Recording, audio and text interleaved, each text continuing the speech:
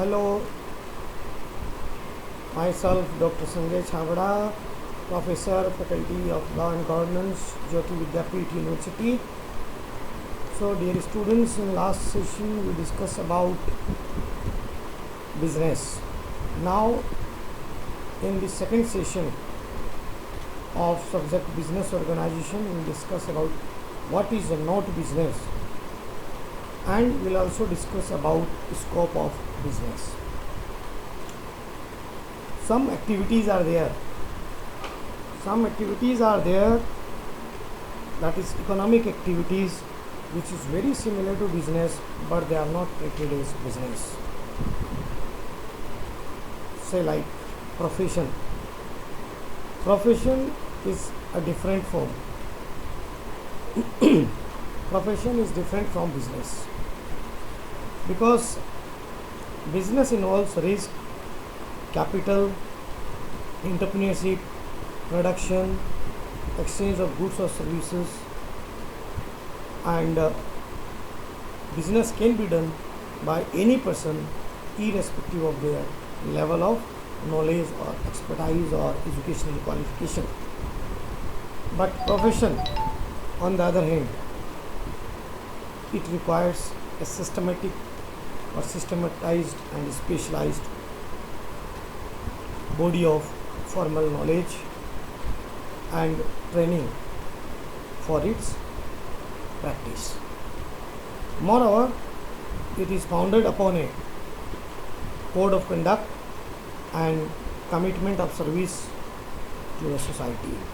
So, for example, in profession we include doctors, lawyers, professors, engineers, etc. These are the professionals.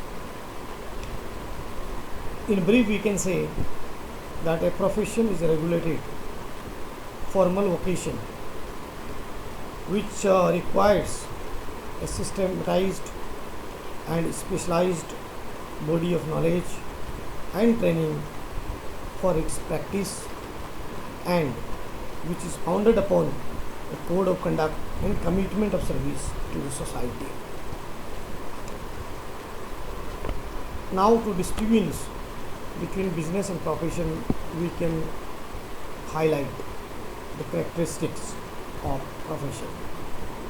So, first characteristics of profession is that every profession requires a body of specialized knowledge. Second, every profession requires minimum formal education and training. Third, there must be a formal organization or association of professionals for the effective working and regulation of the profession. Fourth characteristics of profession is that entry into a profession is always regulated by the association or institute. Fifth characteristics of profession is every profession is founded upon a code of ethics, and the members of profession maintain the relationship.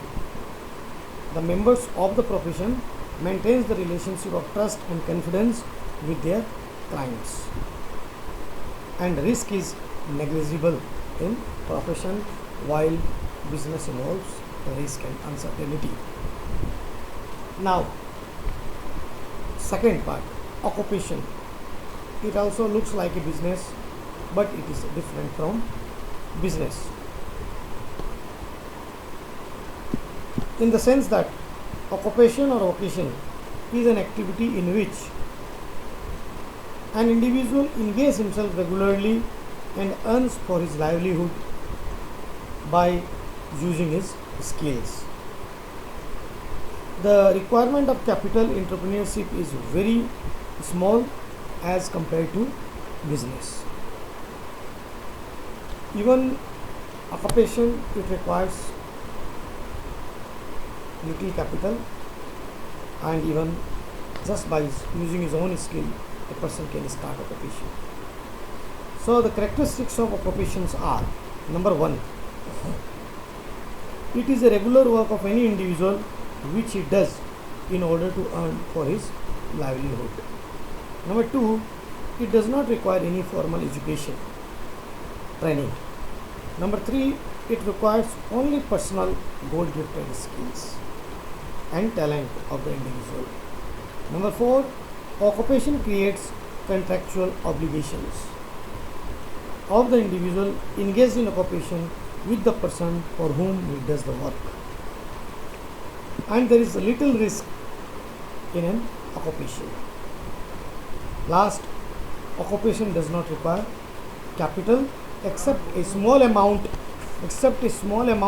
for the purchase of normal locks, normal tools and equipments needed to perform his work. Third one, we can say third one is employment service, which is also different from business. Here a person is employed under a contract by another person or an organization for a specified remuneration. He is said to be under the employment or service of that another person. Almost no risk is involved in employment also. So activities which looks like business but they are not business are profession, occupation and employment service. Clear? Now we'll discuss about scope of business. When we read that business is very essential, it is an economic activities which helps in the growth of the nation also, so we can say that scope of business is very, very wide. All the activities that are performed by industrial, commercial and service organizations may be covered within the scope of business. The scope of business may best be discussed and classified. Means we can explain by classifying the activities of the business. The business activities may briefly be classified under the following 3 groups. Number 1, industry. Number 2, commerce. And number 3, direct service. Direct service means which are engaged, which are operated on commercial basis and sometimes called service industries. Clear? So 3, industry, commerce and service industry. Now what is industry? When we discuss about industry, then we must know the meaning of industry. So industry is concerned about the production or manufacturing of goods for final consumption or for further production. Where goods are produced for final consumption or use by the ultimate consumers, it is called consumer goods industry, and when it is for further production, it is called production or producer goods. So 2 types, consumer goods and producer goods. When it is ultimately for the consumers, finished product is for consumer goods, and when it is for further production, it is produced goods. Now industries, when we say industries are again categorized under following groups. First is primary industry, second is extractive industries, third is genetic industry, fourth is construction industry, and fifth is manufacturing industry. Now what is primary industry? Primary industries are the industries that are engaged in the production of primary goods such as food grains, cotton, vegetables, fruits, etc. on commercial basis. When we say about genetic industry is one which is engaged in the breeding and reproduction of plants, animals and other creatures on commercial basis. Extractive industry is one which is engaged in extraction of materials from land, sea or air. Constructive industry means industry which is engaged in construction of roads, buildings, bridges, flyovers, airports, etc. And manufacturing industry is one which is engaged in production of goods, by converting raw material for producer goods into products for the use or consumption for ultimate consumers. Clear? So industries are categorized into 5: primary industry, extractive industry, genetic industry, constructive industry, and manufacturing industry. Now I'll come to commerce. What is commerce? Commerce, the term commerce includes so many activities that help deliver the right goods to the right persons at the right place, at the right time, and at the right price. The term commerce is wide one, and it covers all those activities which are essential for a smooth flow of goods and services from the producers, suppliers to the consumers. The activities covered in the term commerce can be grouped under the following two heads, that is trade and auxiliaries to trade. Trade and auxiliaries to trade means that are aids to trade, that provide aid service to trade. Now trade again is classified into two, that is internal trade or external trade. When we say home or internal trade, it means wholesale trade or retail trade, and when we say foreign trade, then it may be import trade, export trade, or interport trade. Now what is ancillary to trade or add to trade? Here some institutions, some organizations are there, they are giving aids, they are giving support to the trade. Say means they are, in one sense we can say they are not producing industry, rather they are service industries. Like in aids to trade we can include transport, warehousing, insurance, banking, mercantile agents, promotional services,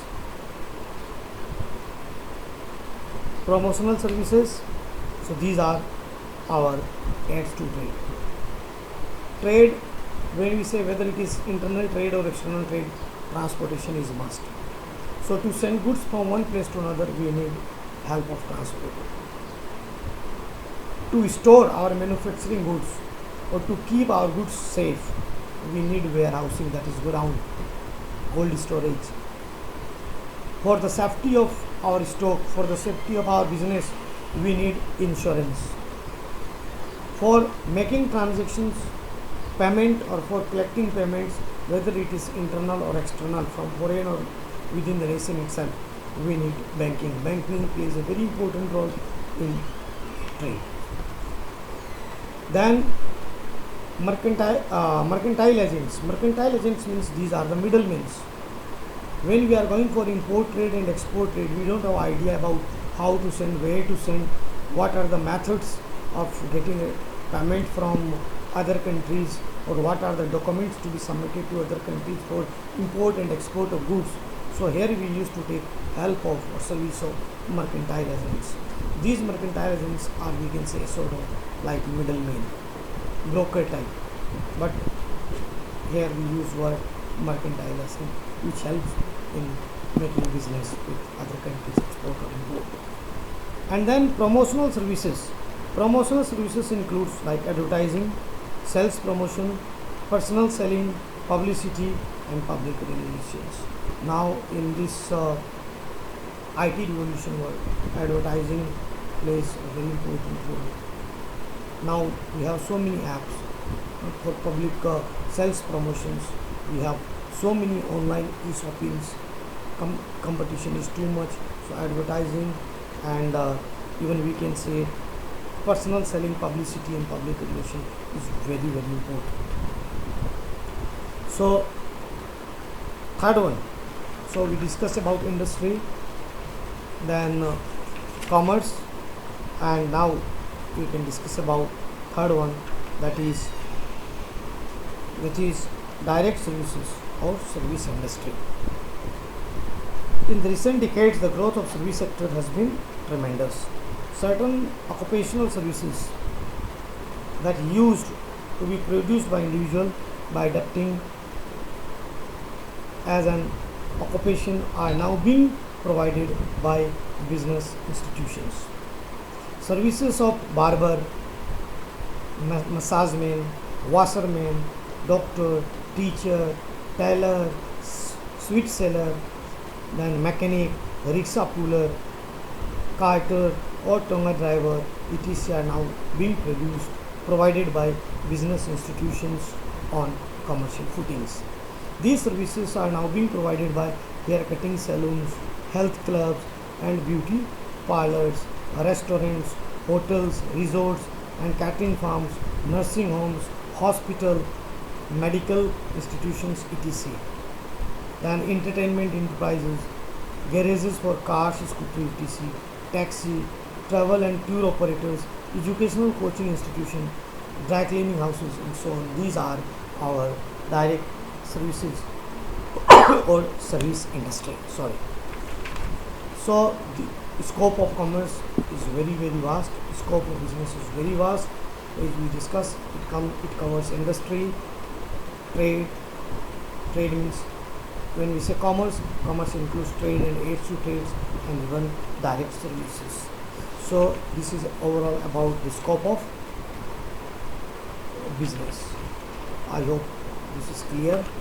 So once again, to sum up, I would like to tell you that students, today we have discussed about the difference between business and profession, business and occupation, business and services. Then occupation and business and services. And then as we say, scope. In scope of business, we discuss it's very vast. The scope of business is very wide. So now what I mean to say that we have discussed about business profession, difference between business and profession, business and occupation, business and environmental employment services. Okay, business and employment services. Then we discuss about the scope of business. In the scope of business, we discuss about industry, commerce. Commerce includes trades and aids to trades, and then direct services. Once again, go through this video, note down the points, and as usual, try to explain by yourself. It will help you in learning as well as to memorizing things. Good luck. See you in next session. Bye.